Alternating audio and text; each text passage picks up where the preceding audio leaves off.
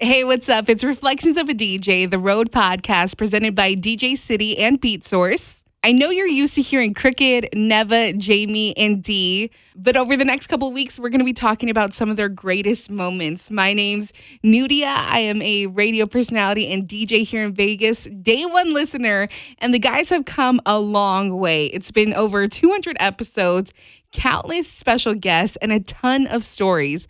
This is the Best of the R.O.A.D podcast. Kicking it off, we're going to episode 99, where NEVA talks about the complications of having a 9-to-5 and transitioning into being a full-time DJ. You were DJing, and then what were you? You had a job. I know you had like a at long the time, history in retail. At the time, I got a job at first I was working at Canal Jeans. Oh, you remember that spot in Manhattan? I've heard. It was like in right? It was like in a village around NYU. Kind of close around there. Yeah. Like, it was like on Broadway. Like where was Like that? Broadway off of Spring Street. Like where Transit would be. Yeah, exact. That was it. Yeah. That was Canal Jeans. So yeah, I was working Transit there. was the old Canal Jeans. Exactly. Okay. Yeah. Okay. Yeah. After that, after Canal Jeans, I got a job at working for the city. I was doing janitor work for New York City Housing Authority. So I was like mopping floors, In the projects. picking up shit. Yeah. Wait. How much was minimum wage back then? Do you remember that? No, I was getting good. I had benefits. Okay. I had a good. It was It's a city job. for a city job for like a 23-year-old. I was See? like fucking good, man. What was it? What was it? What were you making? What was your rate? I forgot how much. No, It was I do enough for remember. him to- It was like every 200. It was like every 2 weeks. It was like maybe like 600 or something. What? Damn, 1,200 is Back 23? then? No, 600 for 2 weeks. Every 2 weeks. That's Yeah, so 1200. good. That was like That's a after lot. taxes and shit. Yeah, Damn, that's really good. yeah. And benefits? And benefits. Yeah. Holy shit! Really? And then like when you do overtime, you get why did double. you do You get double Time what and a you half, was getting. yeah. Yeah, exactly. Time and a half. Holy fuck! So I That's wasn't why you doing was always bad. laced up in the freshest polka dots. Yeah, that's right, man. With the colorful Doc Martin. So I was doing that. Yeah, But you was telling me you wasn't even really working. Y'all were like smoking blunts and drinking Hennessy. yeah. In the project. Yo, it was like dude, if you knew how to get away with it, you could get away with mad shit. Like we used to have in the morning. You used to have to like mop the floors, mop the buildings in the morning, sweep the floors, mop it. But instead of doing that, we would like find a crackhead. We would pay him to do it. We'd be like, yo, we give you $10 or like a bottle of Life like hack. E&J or something. Life hack for and, real. and the crackhead would do the work for us. So who was your go-to crackheads? Where would you look for them? We had ones that we worked with all the time. Everyone had one. So Everyone had one. Like, They showed swear to up. God, Would they man. line up in front of the project? No, we waiting just for you? knew it was cool with them. I was like, yo, you ready to work? It's like, yo, here. Where will you find them though? Like you were No, just they lived there. They lived They in got the their own projects. you union. just knock on like a 13B. No, they'll be ready for work. They'll be like waiting outside, like, yo. I They swear to showed God, up. They showed up for work every day. They It was had like a it was job. like the outside of Home Depot. You Yeah, just walk out of exactly, the yeah, projects man. and they were ready to go. my boy was. They're like, pick me, I pick remember me. this guy named Tyrone. That was my Tyrone. dude. Like, Tyrone, you ready to work? It's like, yo. What was his last name? Bingham. I don't know, man, but it was like he do a better job than me. So I was like, yo. And then while he's working, I'll be in like I don't know if I was cool with someone. I'd be in their apartment just chilling, just In the relaxing, uniform? watching Were you TV, watching Jerry Springer. Were you wearing the uniform? Yeah, Yo, that was crazy. come out after just checking it out, supervising. Like, Yeah, yo, exactly, You yeah. missed Good shit, Tyrone. I mean, there's a lot. Yo, there's a lot of floors in the projects. yeah, like- yeah. 20 stories. Yeah, 20. Yeah, So the crackhead did all 20 in like Yeah. one day. 20 yeah. minutes. You sweep 1 down. hour? You had to do that. You yeah. gave him $10 for mopping 20 floors? That's some fucked up shit. and then do the lobby. Yeah. Or a bottle of E&J. For a bottle of E&J, Craig. Swear to God. Fucking nuts, yo. And crack.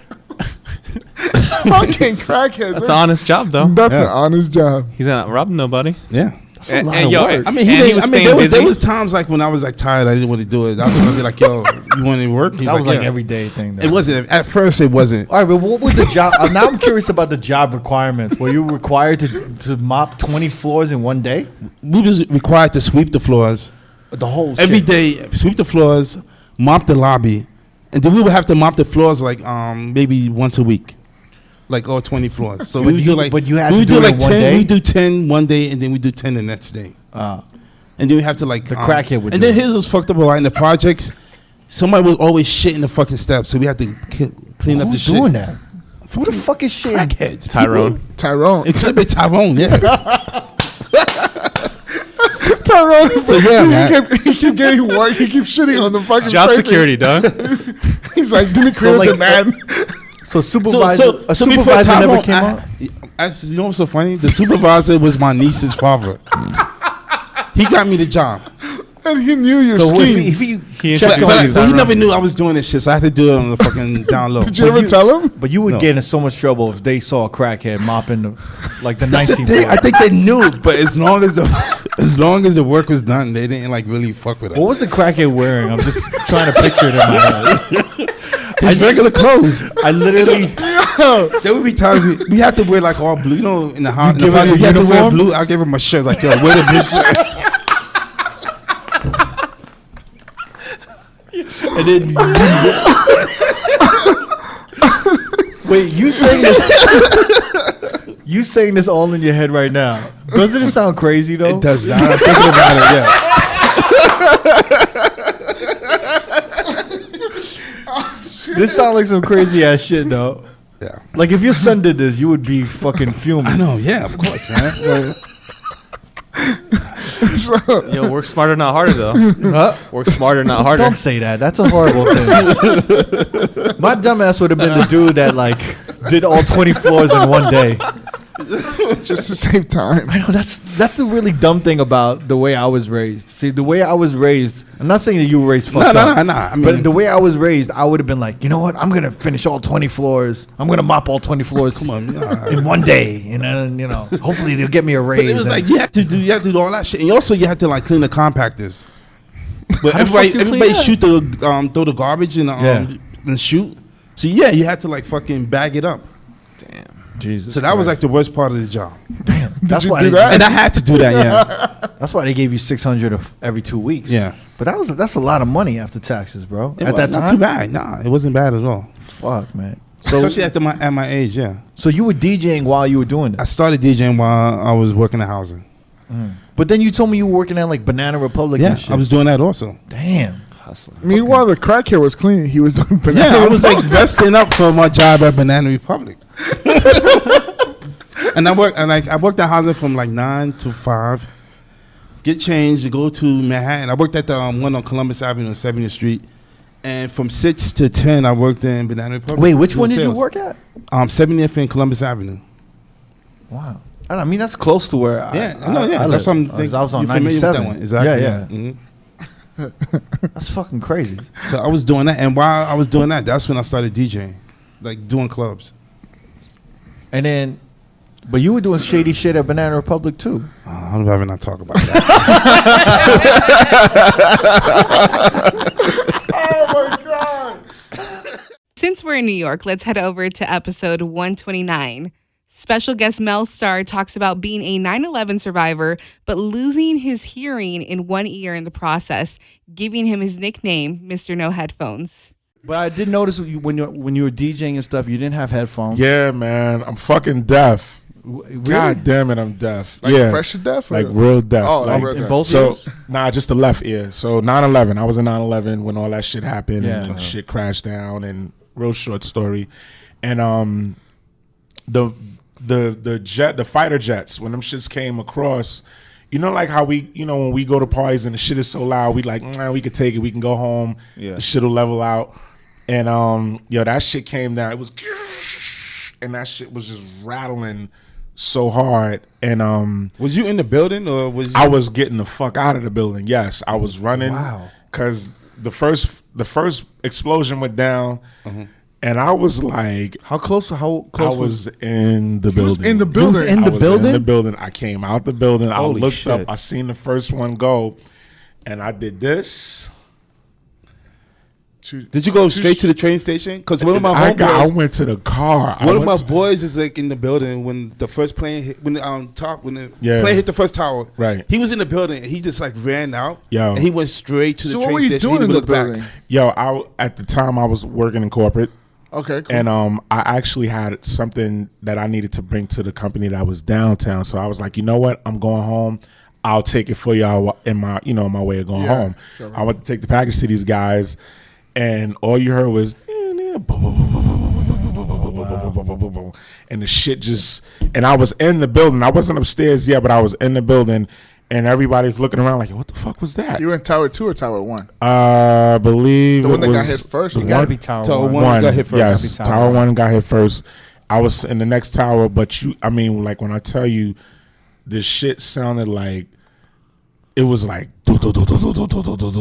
and then shit just was. It was incredibly loud. You mean when it collapsed? When it collapsed. Oh shit! Yeah. So I was like, oh nah, I need to get the fuck up out of here. And I drove down there. So by the time I jumped in the car and went across the Brooklyn Bridge. Did the first tower collapse? Yes. Yeah. And then it was the second shit was like, as I was going across the bridge, it was Wow. like, boom, boom. And you still heard that shit. And I still heard that shit. And I was like, yo, what Were the you taken fuck? back when you heard the second one? Like, what the fuck is... Yo, the first one was enough. You know, when shit go off with gunshots or whatever it's like either you getting the fuck out of here or you hauling ass. You know what I mean? Yeah. And that was really... But that was like inconceivable Yeah, for anything man. like that to Like, you even. couldn't prepare We it, couldn't like- even fathom for Yeah. something like that to even happen. The shit was like pure shock.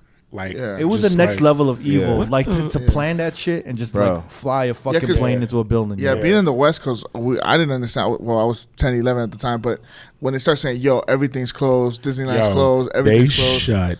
The whole city got shut The down. No, the whole United States city got was like got shut down. nothing The whole moved. city changed. Don't go outside. Yeah. Nothing. Like it was like, nope, stay indoors. I don't care. Like nothing moved. Like nothing was moving at all. Yeah. It was a horrible, horrible day. That was a horrible I day. think nightlife definitely got affected by it. That I don't was think the- it came back after that. Yo, It real changed. rap. Definitely changed. Yeah, Changed. real Definitely. rap. And I think like right after that Yeah. is when like the big clubs, like all the clubs started like simmering and just closing down. And Yeah. and it was just like, oh shit. You know, Yeah, man. it was crazy. It was weird because you wanted to like weather the storm and kind of just get back to life, but It was you want to support these clubs. But what do you do to go? What do you go to clubs for? To have a good time and to party and to forget what's happening in Everybody was your depressed. day-to-day life. Yeah. Yeah. It was tough. It was. I watched the second building come down from my backyard. Yeah, It that was shit was not. So it was a the good fighter look. jets that ultimately The caused fighter jets that went across because it was so low. Uh-huh. So like literally, you could like see the fire coming out of fucking Oh, shit. jets. Yeah. So that really meant it was that low, and that noise is what knocked out my hearing. So you know, I'm like, all right, you know, again, we go to parties and we're the noise is like in our ears, and then eventually we're like, we go to sleep, we lay down. It'll come back in a couple of hours. I'm like, it didn't come back yet. And I'm like, all right, It's been 2 weeks. It's 2 weeks. Oh shit, it's a month. Yeah. And trust me when I tell you, man, it was so fucking frustrating. It was frustrating as fuck. Yeah. And Because ultimately, when you're mixing, I mean, I don't know how you guys are. Your headphones, I mean, Yes. the way I'm at, you're listening to your headphones in your left ear, Yeah, and man. I'm listening to the speakers on the right ear, the monitor speakers. So Absolutely. you know, I'm blending, Absolutely. both ears. But when you lose one ear, it's like this is know? gonna be a great conversation because all you DJs that are out here that are not using headphones, you need to fucking use your headphones. Use use your headphones. Like the shit is important. why? Just Well, why do you say that? use Because your fucking but headphones. why? But why? Because all of the train wrecks that we also hear. Yeah. And Because that's nothing to everybody do with just saving feels hearing. like Just don't the be shit is shitty just- DJs. But you're Yeah, okay. You're like- okay not to use headphones. You. Yeah, like it's. But yo, I it makes no wish- sense for you to tell I them to use wish- headphones. I But wish. you wish you could use headphones. I wish I could use headphones. Like, I did an old school. I did like an old school set at this venue at this lounge, and I was like mixing a lot of like I don't know like Brick House, a lot of like Cool in the Gang shit. A lot of shit is like offbeat, yo. drums. Yeah, That's because right. it's live. Oh, Cool in the Gang, ladies' night. That Drums. drummer did a line of coke like towards the tail end. This is your night tonight. Everything is Yo, what is up? What is up with these motherfuckers? Like Like the Nev song, said, though, Shit. it's like a lot of live instrumentation. Yeah. it's Yeah, like- yeah. but like you, like the beginning of a song will be at like 110, and then And it'll it end could up be at 120. 120. It's That's one right. thing if the beat Facts. slips, but like some Cool in the Gang shit, they were just like, fuck it, let's go from like 113 Like to towards the end of- 122. Fuck it, I'm in the Oh, groove. shit. Fuck it. I'm in the groove. Like you say, Fuck towards the it. end of ladies' night, the drums just like speed That's up. what a I'm bit. saying. When they go in this, It goes from like 110 to like By the time it 120. goes to the sophisticated mama, you're like, Yeah. oh shit, this is going Yeah, fast. it's Like, going what the somewhere else. this made it even better when you were doing that. Yeah. sophisticated Yeah. mama? But see, the that's- good thing about that shit though that you're saying, Yeah. and this is the most important thing, is that you know the record. See, that's the point, and that's something that I've learned afterwards, because it was like, I've been playing these records for a long time, so Yeah. what I call a pocket. So if you know the pocket of these records, it's a lot easier to shift through and mix records and and get out, without having that problem. Yeah, yeah. So when you get new music, do you just study the music? I and just listen know your to pockets. everything that I listen. I listen to everything Yeah. before I play it. Everything. So I have to. I don't really. I'll cue it. Sometimes it all depends on the records, because most of the records are like probably front up start, or I don't really use like what are the intro records. edits, This yeah. intros. I I don't noticed really that use last those. night. Like you didn't. really Yeah, use too many I'm like intros. right Yeah. on the the record. one? On the one, or if I slap it in, or I use cut in or- extendeds. I use a lot of extendeds. Yeah. Yeah, I love it. It's rare that you can get DJs to agree on anything, but when it comes to Be Faithful by Fat Man Scoop and Crooklyn Clan, you have to admit it's a big song. In episode 48, Fat Man Scoop talked about creating the track with Crooklyn Clan members DJ Scissorhands and DJ Riz, and speaks about the obstacles they faced to get this song Be Faithful cleared from the record labels, as well as the complicated aftermath that still follows the record to this day. I wrote the chants, I would voice them, and then we would arrange them. Sometimes they told me one thing, I took one thing from them, And he said like you would. Was it? You repeat it 3 You would just times. repeat it like 4 times. Yeah, that's exactly, Yeah. 100% right. Like I would say, hands up, hands up, hands up, hands up, and then they would take it and they would do whatever the fuck they do, quantize and whatever. Because he always say fucking quantize. He would run that fucking word in the ground. And then what would happen is they would come back and they would put it together the way they wanted. And then I would come back and we would literally argue to like, fuck you. And everybody was getting motherfucked about the arrangement of the song. Like When the beats came in. No, and- just what sample went here. Maybe Right. maybe they took hands up and they put it over at the end. I was like, no, it got to be at the front, or it got to be at the break, and we would just do like that until we felt it was right, and that's how it happened. Absolutely, it was a 3-man effort. Period. Absolutely, unequivocally, it was a 3-man effort. That's a fact. And then, what was the feeling you had when you heard that sound for the first time? It was amazing. Like I felt a blessing. I was blessed. But you knew it was some shit. You never know it's the shit. Like, you think the man that made Rocky, you think he came out the studio like, yo, this shit is gonna be But an anthem for you must have known when but you heard your voice on that shit. but you never really know. You have an idea, but you never really know what's Because gonna in your be. head, y'all were just fucking around. Yeah, we were just doing our shit. So I'm gonna get back to so you have an understanding of why I even became Fat Man Scoop on this level. This is why I became Fat Man Scoop. I'm bringing this up because I also want to emphasize the fact that I know you're here to clear things up, but I also 100%. want to emphasize the fact that there is a love and it was like an amazing thing that you guys put together. Listen, you know what bro, I mean? bro. And This was past amazing. This was like a Jesus moment. That's why I get upset because of the way things happen. Right. But I'm going to delve into that, and I'm going to deep dive into that in a minute. Yeah. The reason that I became Fat Man Scoop was not because I wanted to fucking do this. Here's the story. When you are a radio promo guy, you get to know people. Yeah. So you get to know all the DJs, you have a relationship with them. My brother he was in high school. He had grown up during all this time I'm working records, and he had wanted to go to college. He wanted to go to Hampton University. My parents had money, but they didn't have real money to spend 50 to break 50 off to do this. So I heard DJ Cool let me clear my throat, and I was like, fuck, I can do that. That's crowd participation. Fuck it, let me do this. And that's how I went to them and did that. right? The only reason I even ever made those records was to get enough money to put my brother through school. I was like, if I can make a record and make $500 a show, I can do 100 shows and I can put them through the first year of Hampton University and my parents don't got to worry about it. Long story short, I did that. He went to school. He got out of school. He went on the road with me for 2 or 3 years. He went to Cardinal Hayes. He went on the road with me for 2 or 3 years. He said, you know something? I want to be my own man. I got him an internship at Razor Sharp Records with RZA. He left there. He went to TVT with Theo, right? He went there. He did the internship, got a call from Def Jam. Him and Steve Carlos got hired at the same time to become the promo department. They became the promo department. He befriended a guy named Rick Ross who had a record called Hustlin'. They fucking had a great relationship, loved each other. He said, I'm starting something called Maybach Music. I want you to be the president of Maybach Music. Wow. So my brother's name is Young Sav. I don't know if any of you guys know him, but his name is Young Sav. Now, he did that for years. Ross doesn't have a situation anymore yet, so that kind of went to the side. He has his own artist named Flip De Niro, who has a huge song. Drop it right now. Right, a huge song. Yeah. Huge song, and I'm gonna go into that real quick, right? So now he found that kid, he manages that kid, and now they're getting ready to take it off because it's on Khaled's label. So when I first came out with Be Faithful, I was a promo guy. But I needed another guy to help me. It was a guy named Chris LaMonica from Loud Records.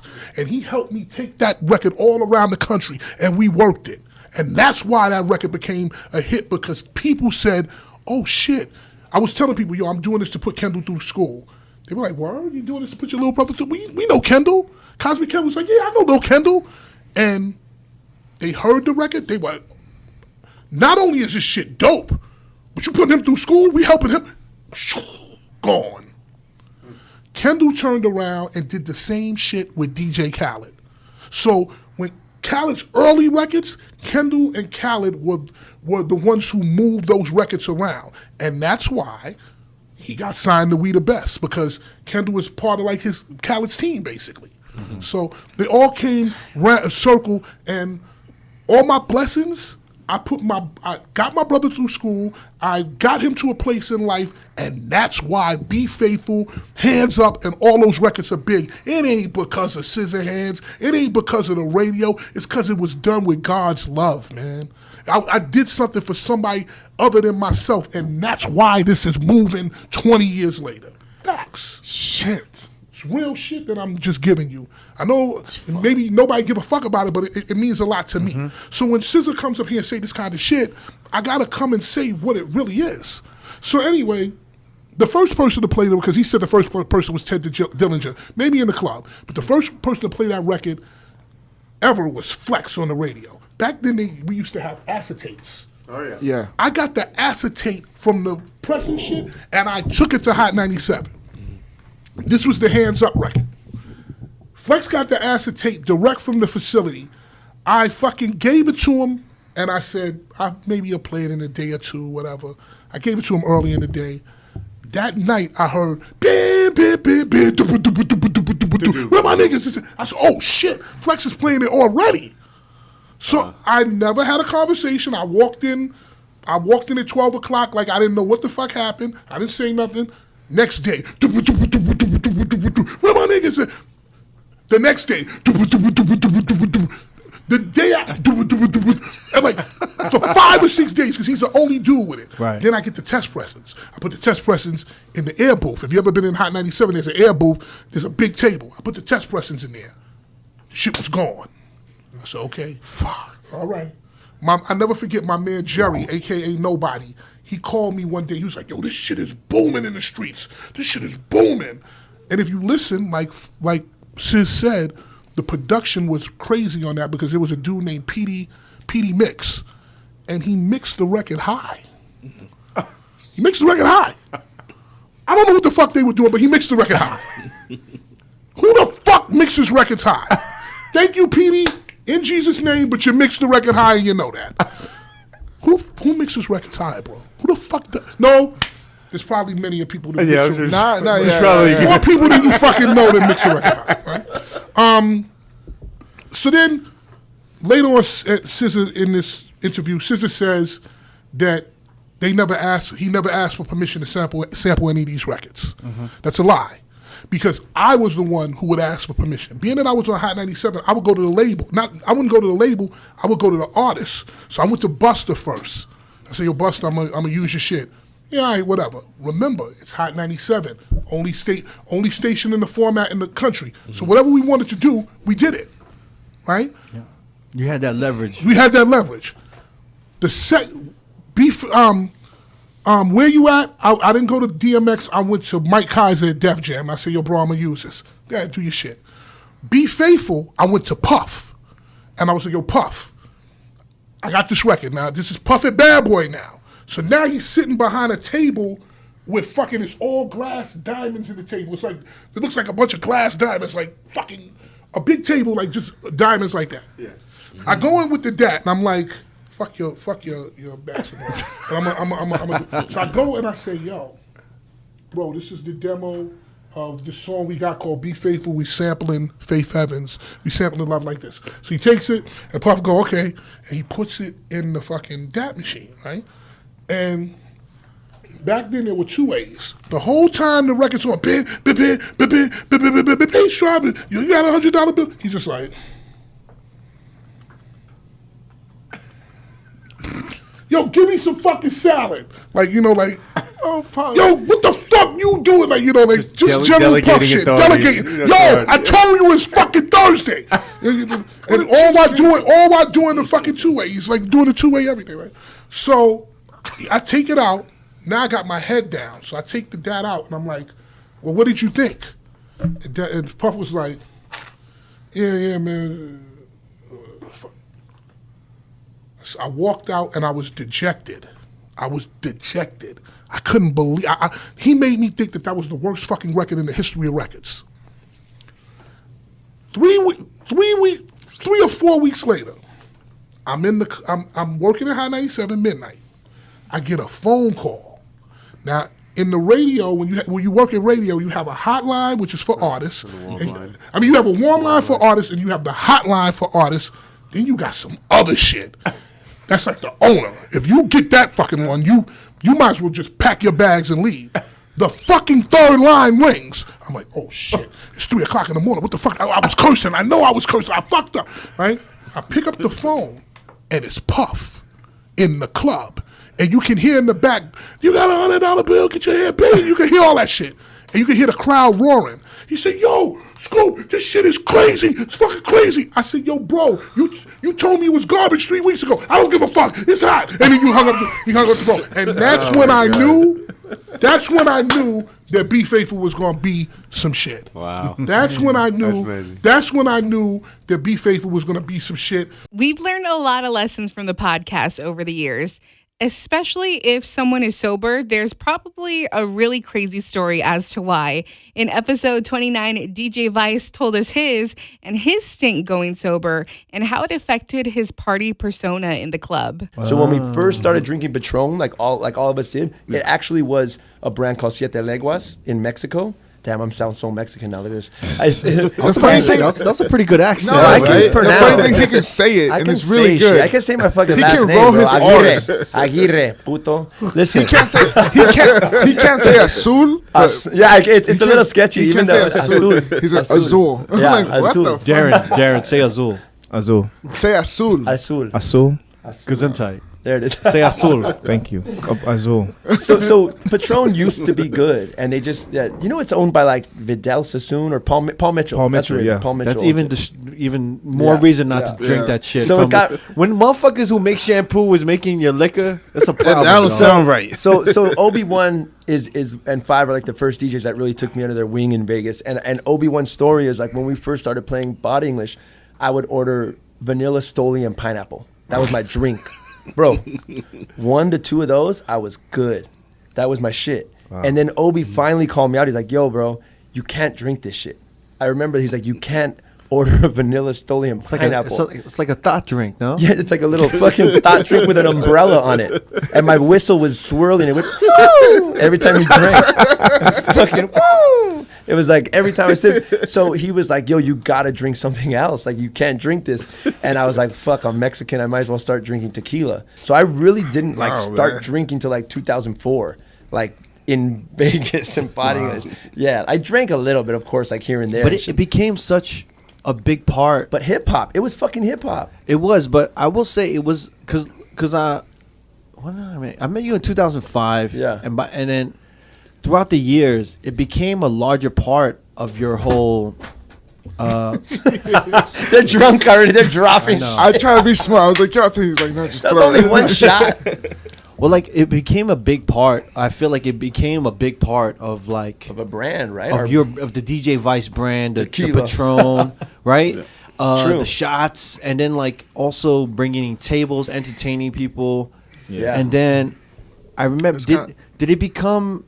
Was that natural or did it become too crazy? Because I remember at one point you were like, "I'm not drinking." You were like sober for like 2 years, for like a year and a half almost. Yeah. And then I don't want to say like it fucked with the brand. Yeah. But you were like, God, you're good, bro. You're a fucking good interviewer. You're right. Yeah. Well, I was like, it kind of you're fucking right. Right now. Well, here's the thing. It's like when you saw Vice, right? He was the dude. It was like a fucking party in the booth. It was like, it was an experience, actually. You're charismatic. Way, you're a charismatic guy. Yeah. And it was like, wow, like it's crazy. It's turned up. It's almost to the point where the dance floor was just like watching y'all. Like wow, the fuck like out. We want some of that. It was like the DJ booth was the VIP section. Yeah. And everyone wanted to be there. Yeah. And then it was Patron. It was Patron time, Patron. And it was just like 17 dudes. Yeah, 17 dudes. Unfortunately, yeah. Okay, so and then at a certain point, I want to know what happened. I want to know when you said, "Look, I got to cut this liquor shit out." Yeah. But when he cut it out, it was like all of a sudden it was quiet. Crickets. And I want to say like, you want to hear the real story? And at a certain point, I feel like you were like, "Fuck, I gotta drink again. This isn't working." Like this is I've made this brand of being like the party guy, and now I'm like, you know, now people are like expecting the party guy. Yeah. Like, yo, Vice, yo, let's do a shot. Like, oh man, I don't drink. And they're getting the DJ. Like, oh man, he's just fucking DJ. Yeah. So here's the real story. Because I love when people say, oh, I stopped drinking. I'm like, why? They're like, no, I'm just taking a break. Like, come on, bro. Chill. Something happened. It's health related. You did something. Yeah. I think you told me this story before. It was during the Lavo days. Oh yeah, it's Lavo days. So going back to I started really like drinking in 2004. I look at Body English and I look at the Hard Rock Hotel as my like. I went to college. I joined a frat. I was Friday nights Body English resident, Saturday night Tao resident, Sunday night Body English Sunday school resident. So I was in Vegas Friday, Saturday, Sunday. I've never lived here. I've had a place here, but I've never lived here. And I was living in the Hard Rock Hotel. It's fucking crazy. Like that's mind blowing to me. And this was during the rehab days when it was crazy. Crazy. It was a party hotel. So I went to I had my own frat room and upstairs of the hotel. So I'm drinking, I'm partying, I'm learning how to drink with everyone, and I'm like, this is fucking nuts. Like, so drinking. Lavo opens, I'm doing Lavo, and it's New Year's Eve weekend, and when we all play like 6 gigs in a row, or like it's gig after gig after gig, and I remember my girl is asleep in the room waiting for me because we're supposed to fly out on vacation, and I was out, and I remember being, if you're in Vegas and you're a local here, you might see it. There's this fucking extended, stretched pink Hummer that is still my worst nightmare. Because I remember jumping into it after Lavo, and I was like, and everyone was like, we're going to the Rhino. And I was like, I'm not going to the Rhino. Drop everybody off at the Rhino and take me to my hotel. And then I fell asleep in the pink Hummer.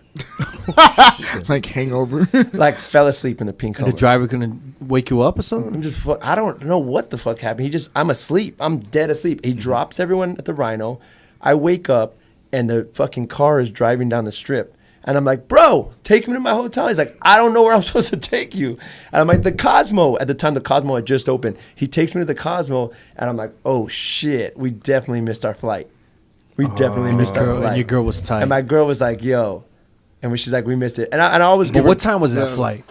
I think it was like a 6 a.m. or so. It was early. What kind of shit was that? Yeah, man? 7 a.m. maybe. I'll give it 7 maybe. That's yeah, not- it's still early. That's It's not still your early. fault. But you set yourself up for failure. 100%. You blame I had a fucking pink Hummer, bro? but hold on, Lava was fucking popping. I had he tried to blame that shit on a pink Hummer. Yo, I know, right? No, because It was that a Hummer 6 a.m. scares me. flight. That Hummer scares me. I've seen it. So like Lava was popping. We had like I started a b-boy circle at the end of the night. Omarion was in it. Afrojack was doing windmills. It was like some other shit. It wasn't Omarion, it was me. I was just No, Tory Lanez was in the building. and we get back, and I remember, and I'm like, fuck. Like, Was it Omarion? and I knew like I fucked up, and I'll own my own shit. I'll whenever I fuck up. And my girl is on Truth has never said stop drinking or don't drink. She's like, yo, just get your shit under control. Like you fucking we missed our vacation. We're supposed to go on vacation. Life coach. And I was like, all right, I got this. And I was like, then I started going through like if anyone's ever tried to not drink, like you just go through the Detox. Well, not detox. It was Withdrawals? more like this. Nah, I don't even have that because I only drink when I'm DJing. It's fucking crazy. Right. I go through the, well, maybe I'll do one shot a night. Well, maybe I'll do one drink and one Right. shot. Maybe I'll do this. And then it was like, yo, in my mind, I was like, either you fucking drink or you don't drink. And I was like, and that was also the year I was getting married. So I was like, January fucking 1st. All right, no drinking. 1 month, 30 months. Let me just try and do no alcohol. And then you stop drinking. And then I stopped drinking. Then 1 month goes by, 2 months goes by, 3 months goes by. I get a role manager. I get an assistant. I open up, I start my own production company. I start getting all this shit like popping like together. Yeah, And you were sober and productive. I was just fucking productive as shit. Like boom, boom, boom, boom, boom. And I set up shop. And I'm also planning a wedding this whole year. So I'm getting like everything done. But you're right. Then my DJ sets are like, I'm not even looking up. I'm fucking staring down. I'm trying to do doubles again. I'm like super into DJ mode. And then I realized those customers that were coming out and popping bottles are like, oh, fuck, we're not going to buy him 4 bottles of Ace. Or we're not going to buy him 2 bottles of Patron. We're not going to buy, like, it's kind of quiet. And then a club owner was like, yo, they went from saying like, hey, make sure you keep your drinking under control, like in the DJ booth, to like, hey, what's going on? Like, we got to step this shit up. But so I have a question about Yeah. that. Because do you think you put yourself in a position where you became almost like a promoter? Yeah. Because, like, you know, when I think of, like, certain DJs, like an AM, like, he didn't give a fuck Yeah. about what the club wanted to hear. Right. He didn't give a fuck. At all. At all. He didn't give a fuck about the tables. Yeah. He would just do whatever he wanted. And it was kind of like, it was just kind of like a very different DJ when you were very much like a promoter or like a personality, Yeah. like a DJ and like a / host. I would cringe some nights because AM would finish his set like in LA at 2 on the dot, and they'd be like, cut it, and he wouldn't even like fade it out. He would just slap the fader down, like, music's off, let's go.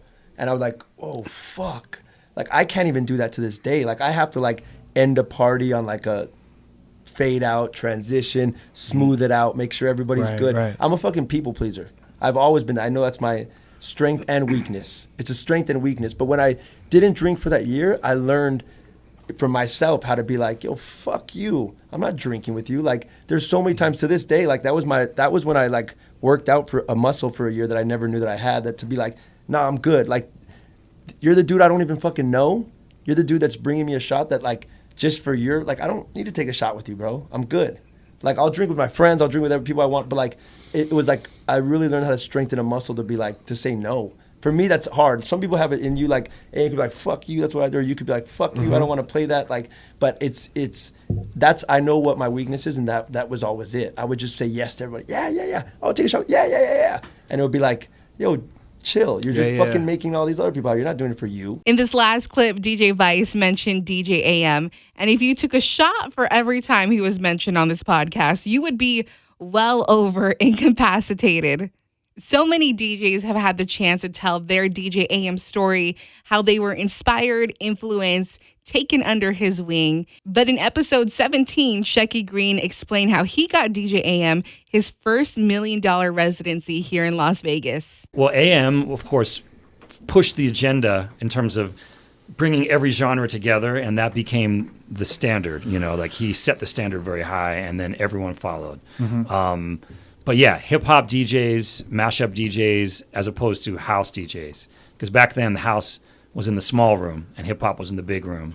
Now it's back to that. I don't know where we're at in that cycle now. The cycle is kind of confusing right now, right? Yeah, it's like the cycle goes. But in the beginning, in the early 03 days, house with Dead Mouse was in the back room and with 100 people, and Eddie McDonald was in the main room, or whoever, or NEVA, or you, or whoever it was, playing to the main crowd, and the house was a small thing. And then somewhere, and I always feel like it somehow coincided with the passing away of DJ AM, because when he passed away is exactly when EDM took off. Yeah. And without AM to kind of lead the way for the other side, there was no one stopping these European guys from claiming to be the big. Well, they were big. I mean, they were, because they're producers, are not just DJs. The people that make records that everyone knows, and so it's like that's the reason that they got so big and so forth. But I would say we would all agree with that theory. Like everybody in this room, When AM passed, and he was really the guy who was pushing the craft of DJing. Yeah. And I wouldn't even say he was pushing EDM music or anything, because at a certain point he was playing Daft Punk. I mean, he played all that. He played all of that shit. Yeah. But he did it with some hip hop sense to it. He did it with the old, not the old school, but he did it with the traditional hip hop craft of DJing. Do you know what I mean? Absolutely. And not what we see EDM DJs. Not all EDM DJs, but most EDM DJs don't DJ. They don't DJ. You know what's crazy? Like that year he passed, he did EDC. He was at EDC. He performed at EDC, and it was like mad hip hop ish, and it's not even it was not EDM. Yep, you're right. I mean, he was still dropping. What do you call it? He was playing Metallica around the world and something. Yeah. He was playing a bunch of crazy shit. But he was playing what do you call it? Today is gonna be the day. He was still playing Oasis. For them, he was doing that legendary set that he does. You know what I mean? Exactly. Yeah. And so I mean, what I like to say when I reflect on all those years is I was lucky that I lived through two golden eras: the golden era of hip hop, which is close to my heart, and the golden era of EDM, which is not necessarily close to my heart, but I did see a lot of shit, and I did get to see, at that point, I ended up working with the Win pretty much. After I did the booking DJs for a while, I ended up basically becoming that role at the Win. So I was working with the Win Nightlife from about 2009 to 2014 or so, and 15. And crazy. That was during the EDM explosion. Well, we got to go back a little bit to AM and Mark Ronson. Okay. Now, when we were DJing, DJs were getting a certain amount of money. And I don't know if it attributes to you and what you were doing to negotiate the deals, but Shecky was negotiating and somehow making these $1 million motherfucking deals for DJs that no one ever fucking heard of. I remember when AM signed the first $1 million contract or a multi-million dollar contract with Pure. Yeah. And he would be off to the side saying like, we got some cooking. What was that? 2006? Was that 2006? When AM's first? 7 maybe? No. 6 or 7? No. It was earlier. It was like 5 or 6. Yeah. 5 or 6. Yeah. The biggest AM was leading the way creatively. He was also leading the way in the terms of business, because he was very good at recognizing his own self-worth. That was the lesson of many lessons I learned from him. It was know what you are worth and stand up for it. Like he was starting to get more and more popular. And first he was getting 1,500 out here, then he was getting 2,500 out here, then he was getting 5,000 out here, and it kept going up and up. And then he made that big move to Pure, and there was a story which I've told before, which involves basically me sitting down with Stevie D, who was the head of Pure at that time, and we had discussed, I was AM's Vegas friend and Vegas agent, you could say. I wasn't really his manager, but I sometimes played that role a little bit. And I had discussed with the other people what we wanted, and basically I walked in and I said he was already the biggest DJ in Vegas at that point. He had been doing hard rock prior to that, right? Mm-hmm. So he was by far, and he was also dating Nicole Richie. So he was in the People magazine every week. I mean, he was like on the news every night, on like Entertainment Tonight and stuff like that. Yeah. He was a very big star at that moment. And so we walked into the room, and I said to Stevie D, hey, look, man, like, who would be the biggest possible DJ I could help get for you right now? And he's like, AM? And I was like, yes. There is an opportunity at the right price that he will jump ship. And he's like, what's that price? And I told you I play poker, so I put my poker face on. And I wrote, it's like one of those old school movies. I wrote it on a piece of paper. You slid it to him. I slid it to him. I didn't even want to utter the words because I knew if I said it, like my voice would crack or something. You know, I didn't want to like say the word. And I can be honest, a piece of paper said $20,000 for a night, per night. It's a 20K or something, right? And he goes, and he looks at it and he goes, I can do this. And he wrote back and it said like 18,500. And I was like, this is it. I remember all the books I've read about negotiation. If you don't do it now, you're never going to like claw it back. So I wrote back 19,500. And he said, okay.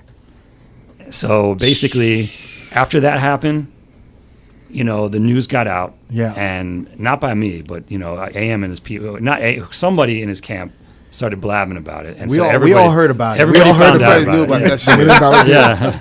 Everyone found out, and like it raised the bar up here. Exactly. So now it's like, okay, 50 nights, every weekend, once a week, 50 times a year, 20K a night. That's $1 million. So that's why that whole thing started. Of the $1 million was from that moment. Basically. So you're the reason why we get cheese now. I appreciate it, Shay. He's the reason why we got cheese, and then when AM passed, it kind of fell through a little bit, but. Yeah, so when that happened, it gave every DJ the opportunity to renegotiate and raise their prices up, which was a good thing. Do you know what I mean? Yeah. And the ceiling got a lot higher. It The did. ceiling got way high. Yeah. He broke it. Yeah. And then you raised the ceiling even higher when he moved to the Palms, right? Yeah, that was, and also don't forget he also did LAX. LAX, that's right. Yeah. There was another stop in between because that was another Stevie D club was LAX. But he was bouncing from like Pure and LAX, or no? I think he was doing both of those at the same time. I think so. Wait, they were doing think so also. Tangerine, right? I don't think AM did Tangerine. No. No? But that was Stevie D, right? That was Stevie That D. was Stevie D, yeah. But AM was doing Pure and LAX. Okay. Yeah. Back and forth. This is after Body English? After Body English, yes. yeah. And that was his set. And then the first gig ever was at this one at Light, this DJ series I mentioned. That was his first Vegas gig. How was that? That was awesome. He killed it. He destroyed that. That was. I have a story. Was you there the first time AM ever did Light back in 2002? So not this Big City DJ series. No, before this. Oh, I didn't know there was an earlier one. Well, Are you sure you're not the same one? You might be talking about the same one. I don't or think not? so. I was in New York. I was flying from New York to Vegas to DJ, and they had double booked us, me and AM. And this is back in the days when Light, they had the rotary mixer. Okay, like a they didn't have Yuri? the crossfader. Yuri? Exactly, yeah. They didn't have a crossfader. Uh-huh. And they booked AM to DJ, and he couldn't DJ. He didn't want to do it. So he didn't get on, or he did get on? He tried to get on, but he couldn't. He didn't want to fuck with the rotary. There was no fader. There was no fader. And he was just like, I don't. Was this like a corporate event or like a regular club? Regular club night. I didn't know about. I honestly never heard about that. I never heard that story. Sending love and a big rest in peace to DJ AM. Our last best of clip comes from episode 65. It needs no introduction. All I'm going to say is Joe to the motherfucking low. Joe to the motherfucking low. He looks like he's your cousin, by the way. Nah, man. You're amping 'cause him this up. dude was like, Fucking Jolo! Yo. Was he a nice guy? Wait, first and foremost, was he a nice guy when well, he he was was a couple of levels from God status. Now he is.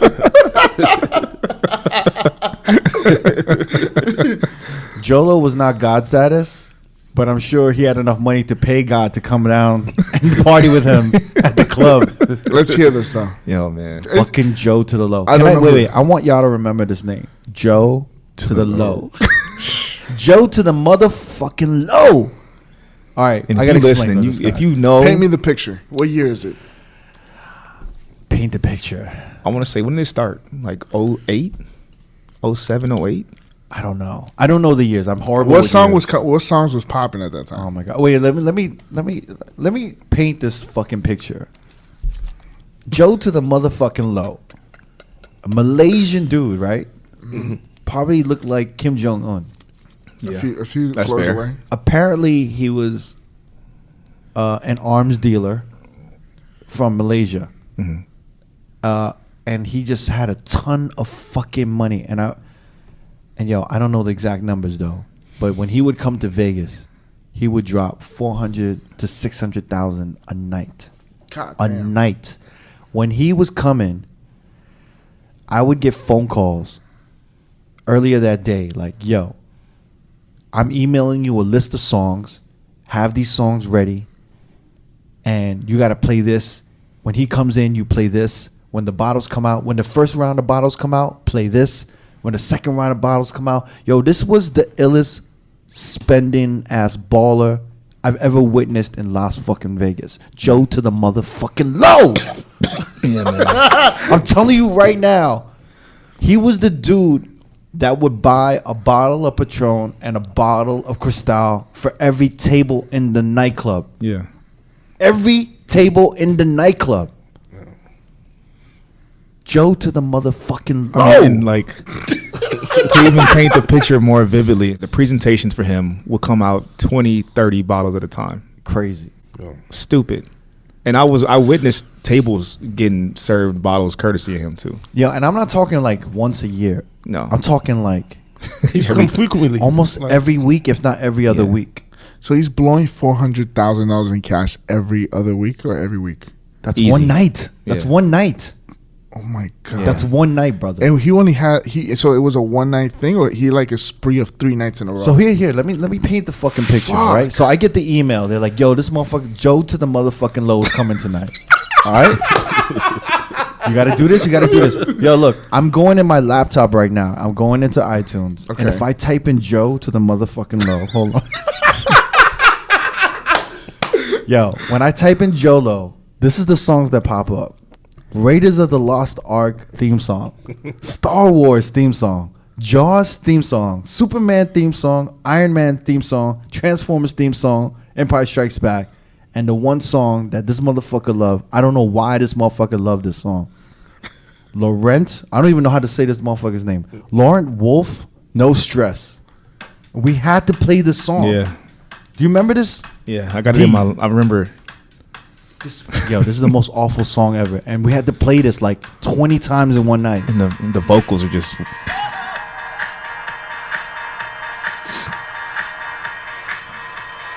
sound like some disco shit.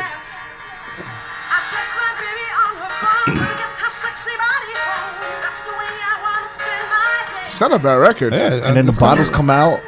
Yo, man, shut the fuck up, man. It's a Yo, good y'all record. motherfuckers say shut the fuck up. That It's not shit's that not bad. bad. It's not Yeah, bad. the vocals are good. Yeah. But I shouldn't be playing that shit 20 times in one night. So like, yo, these clubs did not give a fuck about the regular patrons. They did not give a fuck. They didn't care if this cleared out the room. yeah. They only cared about Joe to the motherfucking low. You keep saying his name. It's fucking hilarious. Yo, I'm not fucking with you, man. Like, they did not care about nothing. So he was the guy. You were playing for him most of the night. for sure. People would come up and want to strangle me. Like, motherfuckers wanted to fuck me up. Why are we hearing this song? What the fuck is this? Play some hip, play this, play that. And I couldn't say nothing. Yeah. And I would be there DJing sometimes till 8 a.m. in the motherfucking morning. Oh my god! And there would be nobody in the club. There would be nobody in the fucking club. It would just be all the cocktail waitresses dancing, all the go-go dancers, all the buses, all the staff. The bus is Which dancing. I mean, I'm painting this picture. I mean, yeah, Bollywood, right? But no, but they were like, yo, everyone was just dancing around Joe to the motherfucking low, and he would just kept buying bottles, just kept buying it. At what point did he buy breakfast? Yo, this is the crazy shit. This is the crazy shit. All this money, all this overtime, and us DJs never got shit. Nope. He never came up and gave you like a tip. No, and he may have, but he would never give me the tip. He might say like, Pause. yo. Pause. He might say, "Yo, give 5,000 to the DJ," but that 5,000 never came to me. You know what I'm saying? They got lost in translation. Yeah. And you know what I mean? Like, he could have been like, "Yo, like, oh." Did he ever come to the booth and be like, "Yo"? No, he would Shake only your send like he would send maybe like 2 bottles of champagne. Yeah. He'd maybe send like a bottle of champagne to the DJ. But I would be there till 6 a.m. sometimes, man. Can I set the scene from the party I did for him? Yeah. Literally got a call like, hey, can you do his birthday party at a certain pool out here? What was his name? Joe to the motherfucking low. Joe to the motherfucking low. So I get there. It literally looked like a fucking like circus. Like there were like How? caged animals in the pool. Oh my So god. like Wait, a tiger. what? Yeah, like tigers in cages in the pool. Like drowning in the pool? No, they were like above. They were like Come on. on. They were like on platforms. Elevated. They were like elevated on platforms. He was so rich, he had dead tigers in the pool. Synchronized floating. synchronized At the end of swimmers the in the night. pool. I want tigers. Put it in the pool. Yeah. But they're gonna drown Jolo. I don't care. Put them in the pool. So yeah, like elevated I cages. pay for this. Yeah, synchronized swimmers in the pool. I am Joe to the motherfucking low. You had dudes like Motherfuckers. like blowing fire out of their mouth. Like Paris Hilton was there. Yo, the celebrities. Yeah. Yo, he would pay celebrities to hang out with him. Like Like who? Jamie Foxx was there. Usher was there. Leonardo would have. Yo, Yeah. you saw this article that I posted, right? Yeah. He gave Leonardo. He took this money from Malaysia, and I don't know. I think Malaysia is the third world country. I don't know what the fuck is Malaysia. I don't know. I'm sure they could have used these billions of dollars and millions of dollars to help the people of Malaysia. And this dude was like trying to make new friends and get some ass, Like and get like celebrity ass. He did get some ass. Paris Hilton sang him happy birthday. I remember that. God. Like it was just it was crazy. Yo, It was one of the wildest it was one of the wildest scenes I ever What experienced. year was this? This was 08. yo, we saw Paris Hilton frequently with Joe. Yeah. To the motherfucking low. Like she was there. We were like, yo, is she like? Is Like she it was wild. Is she giving this dude WAP? Like, are they dating? Is Jolo smashing Is he Paris getting some Hilton? toppy? Like Yo, wow. how much Won't did be he give surprised. her? He gave. I didn't mention. He They gave didn't that mention one that. model. He gave that one model $8 million in diamonds, Miranda Kerr. and they were dating for a year. And it was like an affair. Was they really dating? He was just getting toppy. He was just smashing. I think he was I don't just think he was smashing. getting anything. You know, I think that's they were. sad. I don't think he was. I think maybe they kissed, and she would sit on his lap. That's crazy. So when I posted this shit on the Instagram, a couple of people started feeding me a little information. Uh-huh. Some people spicy. who were behind the scenes, part of the Joe Low camp. Uh-huh. No, you gotta say it the right way. Joe to the motherfucking low. Posse. The posse was deep. Man. So this is the information I got. Is that so this person was like, yo, I made probably like $70,000 off of Jolo. Like at least $70,000. And I was like, well, what did you do? Like, how did you earn that $70,000? It's a female I'm talking to, by the way. Uh-huh. She was like, well, I didn't do nothing nasty. I said, well, did you did you give him sex? Would you guys, she's like, no, but I would get him sex. Yeah. And I was like, yo, was this dude like a scumbag? Uh-huh. Was he like a David Blazarian? Just smashing like hookers and like doing cocaine? Yeah. She was like, no, he was actually like a really humble, lonely dude who wanted to be in love. Like he wanted to just be loved. Wow. Yeah, man. Damn. So that's why when she said that, and I look back at the Miranda Kerr thing, there's no way he fucked her. Right. I think she played him on. And incidentally, that chick Miranda Kerr is married to the founder of Snapchat, who's a billionaire. He's 27 years old. Of course, like, yo, She's 36. go digging ass motherfucking Miranda Kerr went from Jolo to Snapchat, yo. How could you leave Jolo like that, Miranda? Damn, man. Yo, he gave Leonardo DiCaprio Picasso's Basquiat's. And you had to give it back, He had to right? return Had to that give shit. it back. You think she's coughing up that 8.1 million of? She did. She has to, or she's gonna go to jail. Damn. Or it's gonna come out of her pocket, so she has to give it up. My only thing is like, How much she sold it? huh? How much she sold those You diamonds? better buy it back and get it back. You know what I mean? You got to do And you it. say he's on the run, right? I don't know if he's on the run. I think I think they think said in so. the article that he was somewhere in China. Yeah, chilling. I'm telling you, I know this DJ that was DJing late at a pool over the summer, and this dude kept him like late, and I thought it was him. I couldn't swear it's him. But yeah, well, now you think it could have been him. It sounds like him because I saw the bottles coming out in that video, and it was a big Ace of Spades bottles. He's like, yeah, this is a high roller. He just spent $80K. So it does kind of, and he was, Was this in Vegas? Yeah.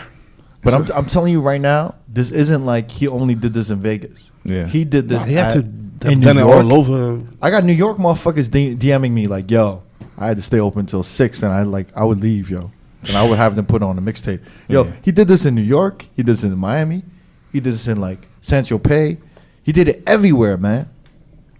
That's crazy. Millions and millions and millions. And there was of always dollars. so much mystery, at least to what did he do? Yeah, like people would say, oh, he deals weapons or he does something for the government. Like I heard all kinds of stories. Dude, that's a lot of fucking money. Someone fucked Just up like and a gave him the weapons company dealer? card. Yeah. So can you imagine that? Someone just gave him the company card. He's like, yo, we need you to handle some business in Vegas. Just like go and just wild the fuck out. He's like, what's the limit? Oh, there's no limit on the black No, card? he probably was like, what's the limit? He's like, okay, I'll get a bottle. Oh shit, I'll get 2. Oh shit, what happens if I get 10? Oh shit, I could keep spending on this card. It just But keeps the way going. he was moving, didn't seem like there was any shade to it. Like he was moving way too publicly. You know what I mean? To make it seem like he was doing anything dirty. After a year or two, we couldn't shout him out on the mic anymore. Why? Because know they that. were like, they don't say, because we would have to say, yo, fucking Joe to the motherfucking low is in the house tonight from Malaysia. And then we would like have to play. And I think at one point he loved all of the lights. So what he would want is all the lights in the club would be off. And then he'd be like, hi, I'm Jolo. And I want you to turn all of the lights. And it'd be like, all of the lights. And then all the lights would come on. Damn. Yeah, that's God status, bro. I don't give a fuck what you guys say at this point. And then when all of the lights came out, he'd be like, enjoy yourself. Or he would say something like that. But you couldn't really understand what he's saying because he doesn't know how to hold the mic pause. I was speaking to Mike. So it's like, how is our, like, it probably sound like that, right? But all of these You bottles. sound like King John from I The know. Hangover. But all of these bottles will come out. And everyone be like, yo, and then the waitresses will come up and be like, this is a complimentary bottle from Joe to the motherfucking low. And then everyone be like, yo, I don't know who this dude is, but he's aight. Yeah. Right? He's spending That was money. the Yeah. general thing. Like we don't know who the fuck. We don't know what he do. As long We as don't he know has the who he money. is. He cool. He cool with me. I'm sure everyone in the club, like in nightlife, is like, man, remember the Jolo days? That's Those a great Jolo yeah. days was dope. Jolo days is like a time period. The Jolo days, man. Yo, the amount of celebrities that would come out for him, and the way the nightclubs would bend over backwards for him was insane. This has been the Best of the Road podcast, Volume 1, brought to you by DJ City and Beat Source. I'm Nudia. It's been so much fun to relive these great, hilarious moments from the boys and the show. Make sure to tune in to next week for Volume 2, and I'll see you then. Bye. If you want to watch more episodes from R.O.A.D Podcast, click either links on the left or the right. Don't forget to subscribe to our YouTube page and get updated on new uploads throughout the week. Peace.